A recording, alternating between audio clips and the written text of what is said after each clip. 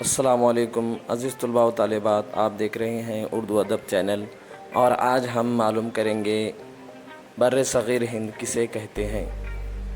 ششم جماعت کی برصغیر ہند اور تاریخ۔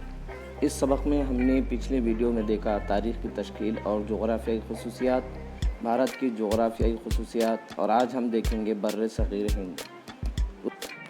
قدیم بھارت میں موجودہ پاکستان اور بنگلہ دیش کا شمار ہوتا تھا۔ چونکہ ہم قدیم بھارت کی تاریخ پڑھ رہے ہیں، اس لیے یہاں پر ان کا ذکر بھی کیا جائے گا۔ ہڑپا اور موہنجو داڑو شہر موجودہ پاکستان میں ہیں۔ ہڑپا تہذیب خاص طور پر برصغیر ہند کے شمال مغرب کے علاقے میں پروان چڑھی۔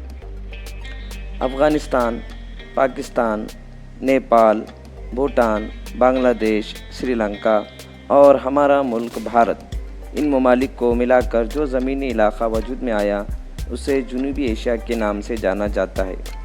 اسی زمینی علاقے میں بھارت کی وسعت اور اہمیت کو ملحوظ رکھتے ہوئے اس خطے کو برصغیر ہند کا نام دیا گیا ہے۔ ہمارے پڑوسی ممالک چین اور میانمار جنوبی ایشیا یا برصغیر ہند کا حصہ نہیں ہے، پھر بھی قدیم بھارت سے ان کا تاریخی تعلق رہا ہے۔ قدیم بھارت کی تاریخ کے مطالعے میں انہیں اہم مقام حاصل ہے۔ برصغیر ہند میں بھارت کی طبعی وسعت زیادہ ہے، زمینی وسعت زیادہ ہے، اس لیے اس خطے کو برصغیر ہند کا نام دیا گیا، جسے جنوبی ایشیا بھی کہا جاتا ہے۔ تو یہ تھا برصغیر ہند کسے کہتے ہیں۔ امید کہ آپ کو یہ ویڈیو پسند آئے گا۔